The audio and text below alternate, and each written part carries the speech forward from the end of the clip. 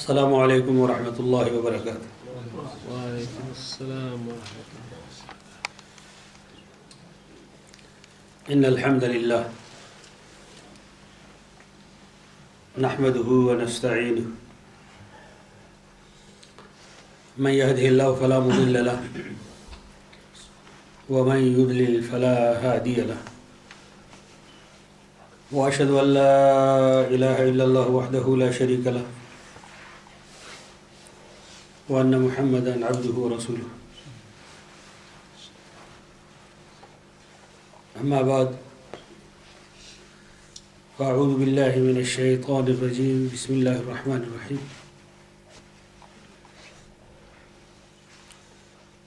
ولا يغتب بعضكم بعضا أيحب أحدكم أن يأكل لحم أخيه ميتا فكرهتموه واتقوا الله إن الله تواب رحيم صدق الله مولانا العظيم۔ درود شریف پڑھ لیجیے۔ اللهم صل على سيدنا مولانا محمد وعلى آل سيدنا مولانا محمد افضل الصلوات بعدد معلومات۔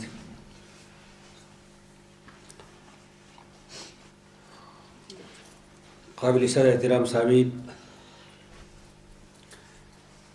آج کی اس مجلس میں انشاءاللہ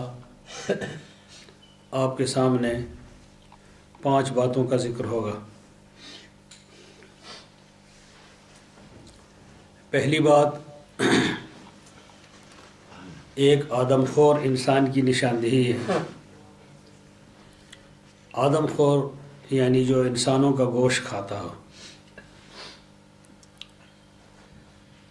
اور یقیناً یہ انکشاف عجیب و غریب کہلائے گا۔ اور دوسری بات، ایک بہت بڑے دوست اور ایک بہت بڑے دشمن کا ذکر ہوگا۔ انسانوں کا دوست اور انسانوں کا دشمن۔ اور میں یہ کہوں گا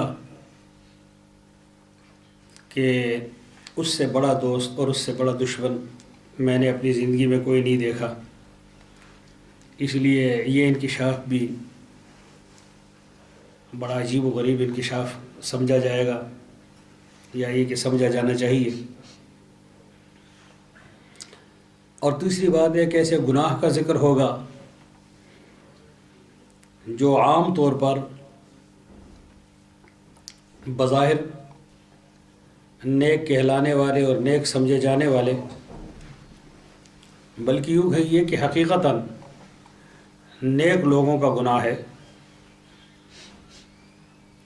کہ وہ بظاہر تو بہت زیادہ نیک ہوتے ہیں اور بڑے صحیح قسم کے مسلمان سمجھے جاتے ہیں، لیکن یہ گناہ وہ مزے لے لے کر کرتے ہیں۔ اور چوتھی بات، اس گناہ کے بارے میں ایک غلط فہمی ہے، اس غلط فہمی کو دور کرنے کی کوشش کی جائے گی۔ اور 5ویں بات، ایک انتہائی غریب اور مسکین آدمی کی نشاندہی ہے۔ آپ کو ہم ایک انتہائی غریب آدمی کے بارے میں بتائیں گے۔ یہ نہ سمجھا جائے کہ کوئی غریب آدمی مدد چاہتا ہے اور اسے ہم مسجد کے باہر کھڑا کریں گے اور اس کے بارے میں آپ کو بتائیں گے کہ یہ غریب آدمی ہے اور مسکین آدمی ہے، اس لیے آپ اس کی مدد کریں، بلکہ وہ ایک ایسا غریب اور مسکین آدمی ہے جو ہم میں موجود ہے، اور ممکن ہے کہ وہ غریب اور مسکین ہم خود ہوں۔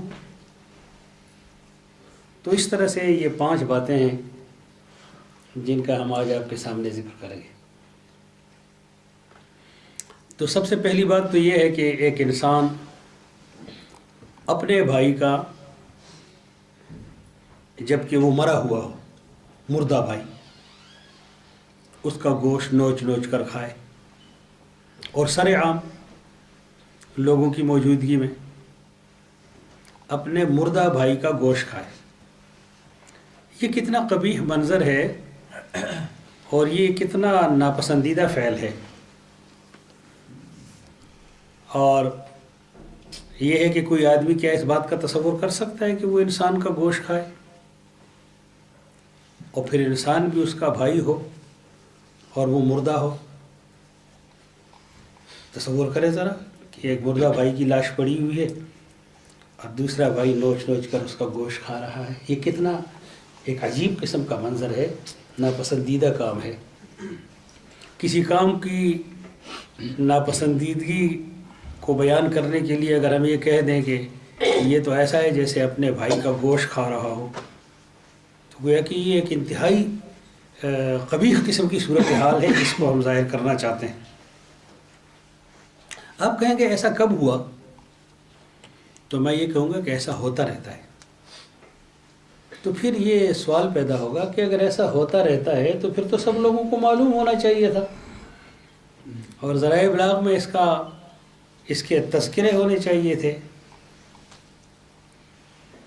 تو میں یہ عرض کروں گا کہ میں انشاءاللہ خبر دینے والے ایک ایسے ذریعے سے اس کو ثابت کروں گا کہ اس کا کوئی انکار نہیں کر سکے گا. کم از کم اس مجلس میں بیٹھے ہوئے لوگوں کے بارے میں مجھے یقین ہے کہ وہ اس کا انکار نہیں کر پائیں گے. لیکن یہ بات چونکہ ناپسندیدہ ہے اس کے لیے اس کو ہم مؤخر کر دیتے ہیں اور آخر میں ذرا لے جاتے ہیں اور پہلے ہم اس بہت بڑے دوست اور دشمن کا ذکر کرتے ہیں جو ہمارا بہت بڑا دوست ہے اور بہت بڑا دشمن ہے اور ہے ایک ہی شخصیت، جو کبھی دشمن کبھی دوست. میری عمر اس وقت 64 سال ہو رہی ہے اور اس میں سے 45 سال تو پڑھنے پڑھانے میں لوگوں کے ساتھ میل جول میں گزرے ہیں. ظاہر ایک بہت بڑا عرصہ ہے، نصف صدی کے قریب وقت ہے. میں نے اپنی زندگی میں اس دوست سے بڑا دوست اور اس دشمن سے بڑا دشمن نہیں دیکھا. اور یہ میں دل کی گہرائی سے یہ بات کہہ رہا ہوں. بعض باتیں ایسی ہوتی ہیں جسے لوگ کتابوں میں پڑھ کر پھر آگے بیان کرتے ہیں اور یا کسی سے سن کر آگے بیان کرتے ہیں، اور بعض باتیں ایسی ہوتی ہیں جس کو آدمی چھو کر، چکھ کر، بھگت کر پھر بیان کرتا ہے. تو اس دوست کو اور اس دشمن کو میں بھگتا ہوں. دوست ایسا دوست ہے کہ آپ کے لیے ہر قسم کے خیر کو سمیٹتا ہے، آپ کے لیے نئے نئے دوست پیدا کرتا ہے، آپ کے لیے پیسہ پیدا کرتا ہے، آپ کے لیے خیرخواہ اور بہیخواہ پیدا کرتا ہے، آپ کے لیے زندگی میں آسانیاں پیدا کرتا ہے، آپ کو راحت پہنچانے کا ذریعہ بنتا ہے، آرام پہنچانے کا. اور دشمن ایسا دشمن ہے کہ آپ کے لیے دشمن تلاش کرتا رہتا ہے اور دشمن تلاش کرنے میں اسے دیر نہیں لگتی، آنن فانن پیدا کر دیتا ہے. ایک آن میں لوگوں کو آپ کا دشمن بنا دیتا ہے. کتنا شریر دشمن ہوا یہ ایک آن میں. اہل و عیال کے ساتھ تعلقات خراب کر دیتا ہے، دوستوں کو بچھڑنے پر مجبور کر دیتا ہے، گھر بار ویران کر دیتا ہے،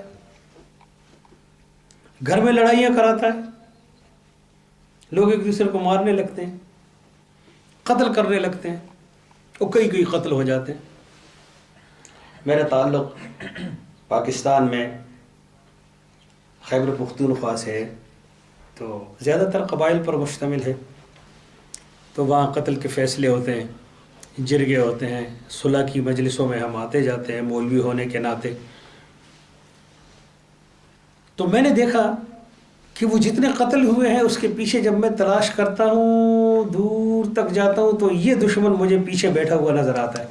ساری خرابی اس نے کی، سارا فتنہ اس نے پھیلایا ہے.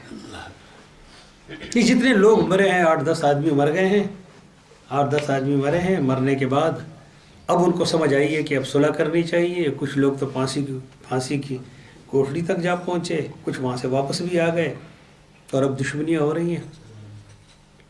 اس کے پیچھے یہ دشمن خاموش بیٹھے اپنا کام کرتا رہتا ہے. خاموش تو نہیں ہے، حرکت کرتا ہے. اس کی حرکت میں یہ ساری شرارت ہے. اچھا یہ دوست اور دشمن ایک ہی شخصیت ہے, ایک ہی ہے. تو کہیں گے کوئی بہت بڑی دیو ہے کل چیز ہوگی, بہت بڑی آفت اور بلا قسم کی چیز ہوگی کہ جو اتنے فتنے کرتا ہے اور اتنے شرارت. نہیں, چھوٹا سا گوشت کا ٹکڑا ہے ہم میں سے ہر ایک کے منہ کے اندر ہے, جس کا نام زبان ہے. زبان زبان دوست ہے اور دشمن ہے. دوست بناتا ہے اور دشمن بناتا ہے, راحت پہنچاتا ہے اور غم پہنچاتا ہے, گلے لگواتا ہے, گولی چلواتا ہے, قتل کراتا ہے. چھوٹا سا ٹکڑا ہے. یہ دوست بھی ہے اور یہ دشمن بھی. میں ایک بار پھر کہوں گا, اس لیے کہ چند احباب اور بھی آ گئے ہیں. میں نے گزشتہ عمر تو 64 سال ہے, 45 سال تقریباً پڑھنے پڑھانے میں گزرا. اس سے بڑا دوست اور اس نے بڑا دشمن نہیں دیکھا. میں جب خود اپنی زندگی پر غور کرتا ہوں تو میرے جتنے دوست بنے ہیں اس کے پیچھے اس دوست کی کارگزاری ہے, اس نے دوست بنائے ہیں. اور میرے جتنے دشمن بنے ہیں اس کے پیچھے اس کی کارگزاری ہے ساری. دشمن بھی اسی نے بنائے ہیں اور دوست بھی اسی نے بنائے ہیں. اور آپ میں سے ہر ایک اگر سوچے اور اپنی زندگی پر غور کرے اور اپنی دوستی اور دشمنی کی فہرست پر نظر ڈالے تو وہ دیکھے گا کہ اس کے پیچھے کہیں نہ کہیں اس کا یہ زبان کام کر رہی ہے. اچھا بذائے خود یہ نہ دوست ہے نہ دشمن ہے, یہ استعمال سے دوست بنے اور استعمال سے دشمن بنے. اس کا صحیح استعمال تو یہ دوست ہے اور اس کا غلط استعمال تو یہ پھر دشمن ہے, یہ دشمن ہے. چنانچہ اس کا صحیح استعمال سیکھنا چاہیے اور اس کے غلط استعمال سے بچنا چاہیے. تو صحیح اور غلط کا کیسے پتہ چلے گا؟ کسی سیانے سے پوچھیں گے, کسی حکیم سے پوچھیں گے, کسی عقل مند سے پوچھیں گے, کسی سمجھدار سے پوچھیں گے. تو آئیے ذرا چلتے ہیں بارگاہ رسالت مآب میں, جہاں سمجھ کی انتہا ہے, جہاں حکمت کے خزینے ہیں, جن کے زبان فیض اثر سے خیر کے چشمے جاری ہوتے ہیں, جہاں نور ہی نور ہے, جہاں خیر ہی خیر ہے, جہاں رہنمائی ہے, وہاں ذرا چلتے ہیں. حضور صلی اللہ علیہ وسلم کیا فرماتے ہیں؟ حضور صلی اللہ علیہ وسلم فرماتے ہیں من کان یؤمن باللہ والیوم الآخر فلیقل خیرا او لیصمت. زبان کے استعمال کا گر بتایا ہے, بھلی بات کہے یا خاموش رہے. وہ بھلی بات کیسے کہے گا؟ کہنے سے پہلے سوچے گا کہ بات بھلی ہے یا نہیں. ہماری سب سے بڑی خرابی اور سب سے بڑی مشکل یہ ہے کہ ہم ترنت بولتے چلے جاتے ہیں, بولنے سے پہلے سوچتے نہیں ہیں. یہ جو ارشاد ہے حضور صلی اللہ علیہ وآلہ وسلم کا کہ خیر کی بات کرے یا خاموش رہے, یہ کب ہوگی؟ میں نے عرض کیا یہ تب ہوگی کہ ہم بولنے سے پہلے سوچیں کہ ہم کیا بول رہے ہیں, ہم کیا بول رہے ہیں, ہم کیا کہنے چلے ہیں, یہ بات کہنے کی ہے یا نہیں. اس سلسلے میں مجھے جو گر معلوم ہوا ہے, اور میں نے اپنی ایک چھوٹی سی کتاب ہے رہنمائی طلبہ, اس میں یہ بات لکھ بھی دی ہے طلبہ کے لیے, کہ جب کبھی کوئی آدمی بات کرے تو بات کرنے سے پہلے یہ سوچے کہ یہ بات کرنا ضروری ہے یا نہیں. اگر ضروری نہیں تو نہ بولے, تو ایک بہت بڑا حصہ تو گفتگو کا یہاں ختم ہو جائے گا. دماغ کو بھی آرام ملے گا, جسم کو آرام ملے گا, جسم کے تمام اعضاء کو آرام ملے گا, زبان کو بھی آرام ملے گا. ضروری ہے یا نہیں, تو غیر ضروری باتیں چھوڑ. ہم پھر چلتے ہیں حضور صلی اللہ علیہ وسلم کی بارگاہ میں. ارشاد فرمایا من حسن اسلام المرء ترکہ ما لا یعنی. ایک اچھے مسلمان کی علامت کیا ہے؟ یہ کہ جو کام ضروری نہیں ہے اسے چھوڑ دیتا ہے, نہیں کرتا. تو پہلے سوچے کہ یہ جو کچھ میں کہنا چاہ رہا ہوں یہ ضروری ہے یا نہیں. اگر ضروری ہے تو کہے, ضروری نہیں ہے تو نہ کہے. تو کافی وقت اور کافی توانائی تو یوں بچ گئی. اچھا اگر پھر ضروری ہے تو پھر یہ سوچے کہ شریعت میں اس کی اجازت ہے یا نہیں. کوئی چیز پڑی ہوئی ہے اور اس کو اس کی ضرورت ہے, لیکن یہ دیکھے گا کہ اس کو لینا اس کے لیے شرعاً جائز ہے یا جائز نہیں ہے. اگر شریعت میں اس کی اجازت نہیں ہے تو اگرچہ ضروری ہے وہ نہ کرے, چھوڑ دے. ایک بہت بڑا حصہ تو یوں گفتگو کا ختم ہو گیا. اور شریعت میں اجازت ہے, لیکن یہ ملکی قانون اس کی اجازت دیتا ہے یا نہیں. اگر ملک کا قانون اجازت نہیں دیتا اور شریعت میں اجازت ہے تو شریعت میں اجازت ہونے کے باوجود وہ چھوڑ دے, اس لیے کہ ہر وہ چیز جس کی شریعت میں اجازت ہے وہ کرنا ضروری بھی نہیں ہے.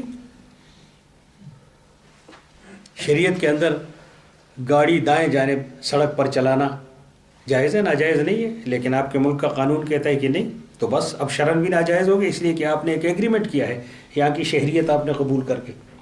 اب مباح امور میں یہاں کے حکمرانوں کی اطاعت کریں گے. مباح میں, مباح کی بات کر رہا ہوں, حرام میں نہیں. اطاعت کرنا واجب ہے جب آپ نے ایک ایگریمنٹ کر لیا. اچھا, اور جب گفتگو کرتا ہے ضروری بھی ہے, شریعت میں جائز بھی ہے, ملک کے قانون میں جائز بھی ہے, تو پھر یہ دیکھیں کہ وہ بات کرنے کا طریقہ کیا ہے. اس لیے کہ ایک بات کرنے کے کئی طریقے ہو سکتے ہیں. آ جاؤ یہ بھی بات ہے, تشریف لے آئیں یہ بھی بات ہے, چلے جاؤ یہ بھی بات ہے, آپ تشریف لے جا سکتے ہیں یہ بھی بات ہے. ابھی ہماری اگلی میٹنگ شروع ہو رہی ہے, اس میں کچھ دیر ہے, آپ بیٹھنا چاہیں تو بیٹھیں, تو کہہ دیا آپ نے کہ چلے جائیں. گھڑی کی طرف دیکھ لے تو بھی اسے پتہ چل جائے گا کہ وقت ختم ہو گیا ہے. اور یہ بھی اسلوب ہے, آپ نے اسے بہت اچھا کھانا کھلایا ہے, بہت خدمت کی, لیکن اچھا اب آپ جائیں, اب آپ جا سکتے ہیں. دیکھا چھوٹا سا ٹکڑا ہے, ذرا سی حرکت اسے دینی ہے. دشمن ہے یا نہیں, دوست ہے یا نہیں. کیسے دوست اور دشمن کی بات میں نے آپ کو بتائی. چھو کر بغض کر بھگتا ہوا آدمی ہوں, پڑھ کر نہیں, سن کر نہیں بتا رہا. یہ جو دوست اور دشمن ہے, اس کی وجہ سے ہم ایک بہت بڑی مصیبت میں مبتلا ہوتے ہیں. آپ اپنی گھڑی مجھے دے دیں, وہ مجھے نظر نہیں آ رہی. اچھا ٹھیک ہے. تو اس دوست اور دشمن کی وجہ سے ہم ایک بہت بڑی مصیبت میں مبتلا ہو جاتے ہیں.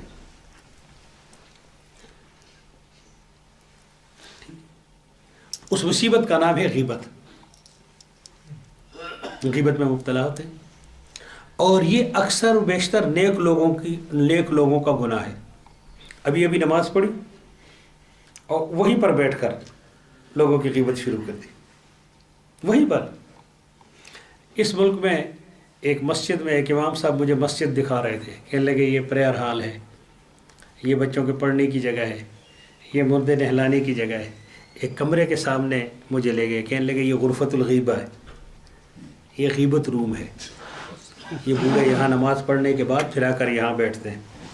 پہلے تو دعا کرتے ہیں, وہ جس کی وفات ہوئی ہے اس کے لیے دعا کرتے ہیں, دعا کرو جی, اس کے بعد پھر غیبت شروع ہو جاتی ہے.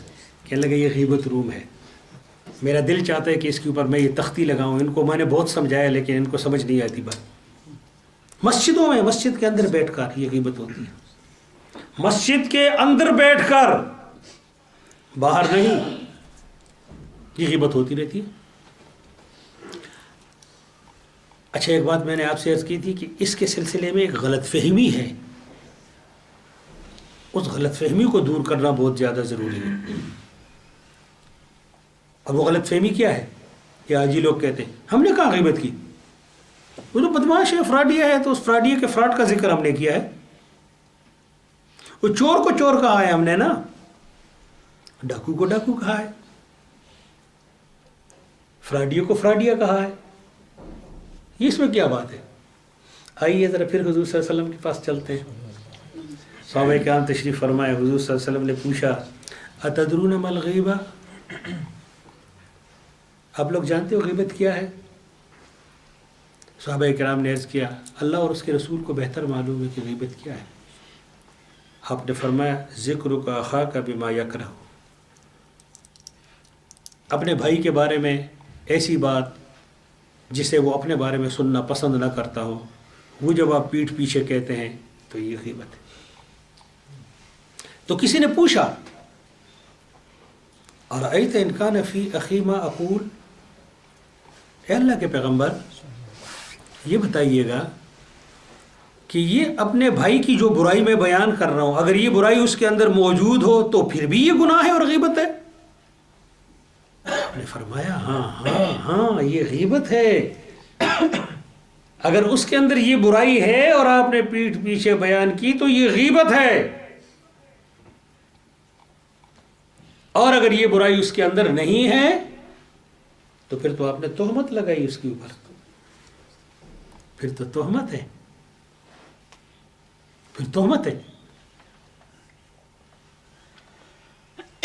جہاں برائی کے ذکر کرنے کی ضرورت ہوتی ہے، گواہی دینے کی ضرورت ہوتی ہے، وہاں تو پھر آپ گواہی دیتے نہیں ہیں۔ ہم نہیں دیتے گواہی، ہمارے قتل ہو جاتے ہیں، گواہی کے لیے آدمی موجود نہیں ہے۔ دیکھا ہے چوری ہو گئی ہے، گواہی کے لیے موجود نہیں ہے آدمی۔ آپ کے ان معاشروں میں نے دیکھا ہے، یہاں ایک بہت مشہور عالم ہے، اس نے مجھے بتایا اپنے بیٹے کے بارے میں کہ 4-5 لڑکے میرے بیٹے کو چمٹ گئے مارنے کے لیے اور اس کو قتل کر دیتے، لیکن وہ جب بچے نے میرے دیکھا کہ اب تو یہ مجھے ماریں گے، تو وہ ماہر تھا لڑنے کا، وہ جو آٹھ ہے اس کو وہ آتا تھا، اس نے پھر لگائی پھیٹیاں، ایک کو لگائی تو وہ تو فالج اس کو عمر بھر کے لیے وہ معذور ہو گیا، دوسرے کو مارا وہ مر گیا، ابھی جیل میں چلا گیا۔ بہت مشہور عالم ہے، آپ کو میں بتا دوں۔ تو میں نے کہا پھر کیسے چھوٹا؟ کہنے لگی وہ سامنے ایک انگریز دیکھ رہا تھا کہ اس نے ویڈیو بنا دی ساری اور عدالت میں پیش کر دی، گواہی دے دی، وہ چھوٹ گیا۔ گواہی تو دیتے نہیں ہے کہ بلادری ناراض ہو جائے گی، بلادری کے بت کو پوچھتے ہیں۔ یہ ضروری نہیں ہے کہ آدمی پتھر کے بت کے سامنے سجدہ کرے۔ تاریخی بشر بس اتنی ہے، ہر دور میں اس نے پوجے صنم، جب آئے نئے بت پیش نظر اسنام پرانے توڑ دیے۔ ہر دور کا نیا نیا بت ہے، ہر دور کا نیا نیا حبل ہے، ہر دور کا نیا نیا لات ہے، اور ہر دور کا نیا نیا منات ہے۔ ضروری نہیں ہے کہ میری تیری پسند کا معبود جو ہے وہ ابو جہل ابو لہب کے معبود جیسا ہو۔ ہم نے اپنے اپنے بت اور اپنے اپنے الہ تراش کر رکھے ہیں، جن میں سب سے بڑا الہ اس وقت بلادری ہے۔ بلادری ایک بت اور بھی ہے، بات غیر متعلق ہو جائے گی، ایک بت اور بھی ہے جسے ہم لوگ پوچھتے ہیں، ناک کٹ جائے گی، ناک کٹ جائے گی، ناک۔ اور اس نے اس ملک میں آپ لوگوں کے ساتھ کیا کیا حرکتیں کی ہے اس ناک نے، کہ ناک کی خاطر جائز کام نہیں کرتے اور زبردستی پھر ناجائز بھی بھگت لیتے۔ تفاصیل بیان کرنے کی ضرورت نہیں، وہ مولانا وقتاً فوقتاً بیان کرتے رہتے۔ تو حضور صلی اللہ علیہ وسلم نے ارشاد فرمایا کہ اگر اس کے اندر یہ برائی موجود ہے اور آپ نے بیان کی تو یہ غیبت ہے، اور اگر یہ برائی اس کے اندر موجود نہیں ہے تو پھر تو یہ بہتان ہے۔ میں ذکر کر رہا تھا دوست اور دشمن کا، اس دوست اور دشمن کے سلسلے میں قریب تھا کہ ایک بات کہنا میں بھول جاتا، لیکن اللہ نے مدد کی اور وہ بات مجھے یاد آ گئی، اس لیے وہ آپ کے سامنے عرض کرنا چاہوں گا۔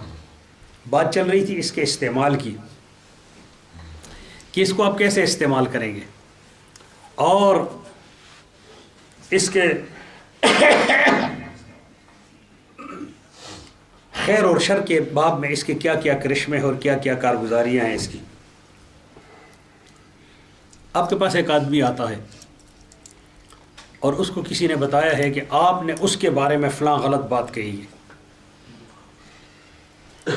اور خبر غلط ہے۔ وہ جب آتا ہے اس کے منہ سے جھاگ بہہ رہی ہے اور آنکھیں اس کی سرخ ہوئی ہیں، اور وہ آتے ہی تو تڑاک سے بات شروع کرتا ہے، تم نے یہ کیا۔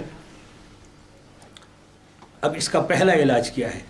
پہلا علاج یہ ہے کہ اس کو کہو تھوڑا خاموش رہو، یہ جو زبان کا ٹکڑا ہے خاموش رہو۔ عموماً ہوتا کیا ہے، جو ہی وہ کہتے ہیں تم اور تو اور تم کے بعد ہم کہتے ہیں تو اور تو تڑاک شروع ہو جاتی ہے۔ اس کو ذرا خاموش کریں۔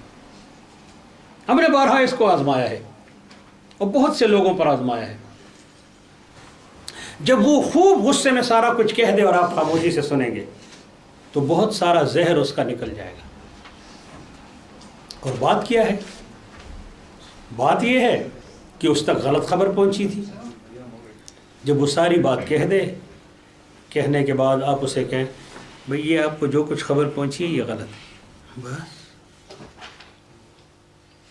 وہ جو ہتھیار لے کر آیا تھا وہ ڈھیلے جائے، اور وہ جس نے آپ کو خبر بتائی ہے اس کو کسی نے غلط بات بتائی ہوگی، بات ختم ہو گئی۔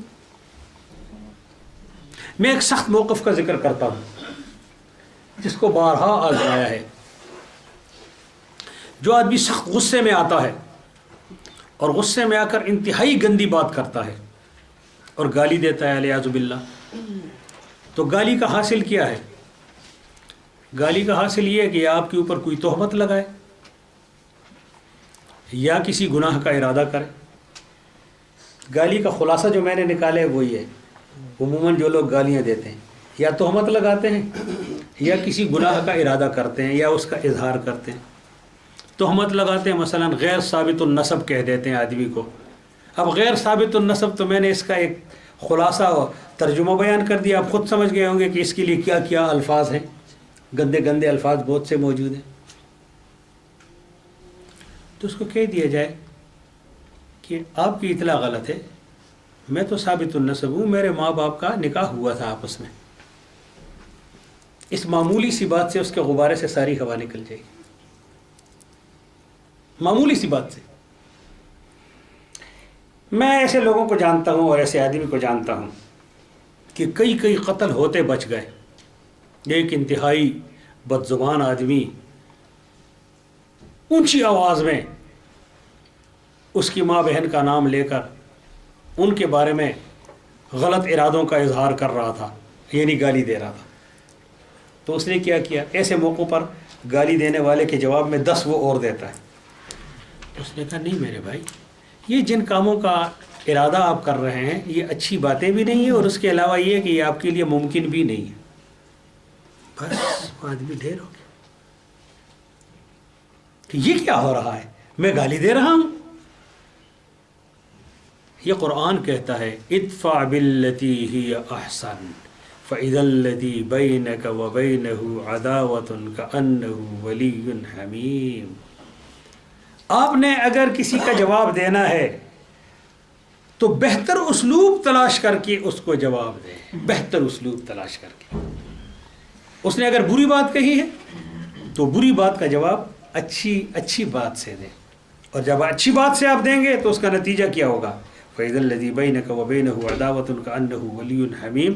تیرے اور اس کے درمیان، وہ آدمی جس کے اور تیرے درمیان دشمنی ہو، تیرے اس بہتر اسلوب کے اختیار کرنے سے تیرا جگری یار بن جائے گا۔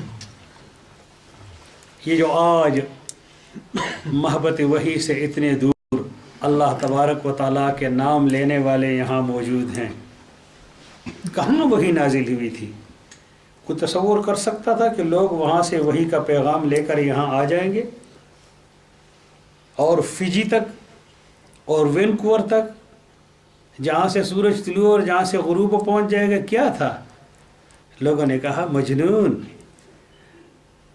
لوگوں نے کہا جادوگر ہے، لوگوں نے کہا الیاذ باللہ پاگل ہے، لوگوں نے پتھر برسائے، پہاڑوں والا فرشتہ آیا اور کہنے لگا کہ میں کیوں نہ، مجھے حکم ہے ان دونوں، آپ حکم کریں تو میں ان دونوں پہاڑوں کو ملا دوں اور بیچ میں یہ لوگ پس جائیں، اور خون اتنا بہہ گیا ہے کہ جوتوں میں گیا تو جوتے پاؤں کے ساتھ چپک گئے ہیں۔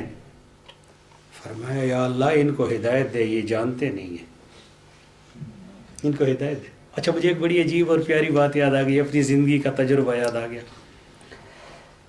طائف میں میرا ایک دوست ہے محمد الفہید اس کا نام ہے، میرا جگری یار ہے، اللہ تعالیٰ میری اور اس کی اور آپ کی ساری دنیا اور آخرت کی ضرورتیں پوری فرمائیں۔ طائف یوں پہاڑ پھر اوپر پھر نیچے پھر اوپر پھر نیچے، ہم گاڑی میں جا رہے ہیں پہلی دفعہ میں گیا تھا، مجھے یہ منظر بڑا عجیب نظر ہے۔ اچانک اذان ہونے لگی۔ اب جب اذان ہوئی تو اذانیں سب ایک ہی جگہ ہوتی ہے نا، ایک ہی وقت میں ہوتی ہے، بس تھوڑا بہت ایک آدھ منٹ کا فرق ہوگا، اور وہ فرق یوں بھی پڑ جاتا ہے کہ کوئی اذان لمبی ہے کوئی چھوٹی ہے۔ تو ادھر اشہد ان محمد رسول ان محمد اشہد محمد ان محمد اشہد، یہ مسجد ان محمد وہ کہتے ہیں محمد، اشہد ان محمد وہ کہتے ہیں محمد، یا اللہ محمد ہی محمد ہے وادیوں میں۔ میں نے کہا یا شیخ محمد عجبا لامر الطائف كانت ترمی نبیہا بالحجارہ وہا ہی تشہد لہ بالنبوہ۔ عجیب بات ہے، میں نے کہا کل یہ طائف میں نے اپنے پیغمبر کو پتھروں سے مار رہا تھا، اور آج اس کی ہر وادی اور اس کا ہر ذرہ ان محمد رسول اللہ۔ یہ کیا تھا؟ ادفع باللتی ہی احسن، یہ زبان کا استعمال تھا۔ ادھر سے پتھر برسے اور ادھر اللہم اہد قومی فانہم لا یعلمون۔ سمجھے یا نہیں؟ اور پانچویں بات ذکر کر دو، 5-6 منٹ ہی رہ گئے ہیں،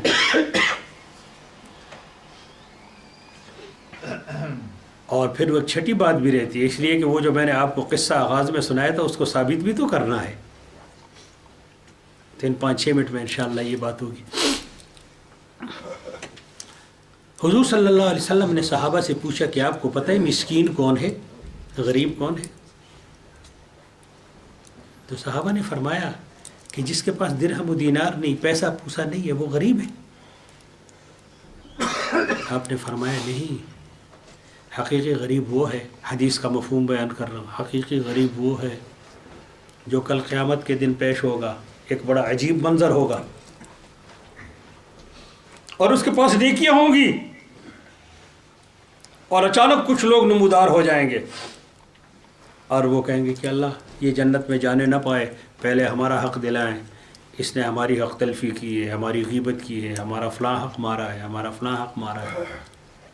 اب وہاں دینے کو تو کچھ ہوگا نہیں سوائے نیکیوں کے، چنانچہ اس نیکوکار سے نیکیاں لے کر، جو مزے لے لے کر مسجد کے اندر نماز کے بعد غیبتیں کیا کرتا تھا، وہ جو بدکار اور برا آدمی ہے اس کو دے دی جائیں گی۔ وہ غیبتیں تو اس نے ڈھیر ساری کی ہے، 5 نمازوں میں آتا تھا اور ہر نماز کے بعد آدھا گھنٹہ بیٹھ کر تو غیبت کرتا تھا، اب وہ نیکیاں ختم ہو جائیں گی، تو پھر کیا ہوگا؟ پھر اس گناہ گار کے گناہ اس کے کاندھے کے اوپر لاد دیے جائیں گے۔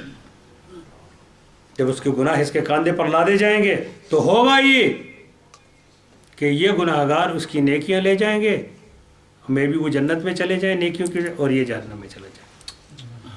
تو حقیقی مسکین یہ ہے، حقیقی مسکین، حقیقی فقیر، حقیقت کے اندر تہی دست آدمی جس کے پاس کوئی پونجی نہیں ہے، وہ یہ ہے۔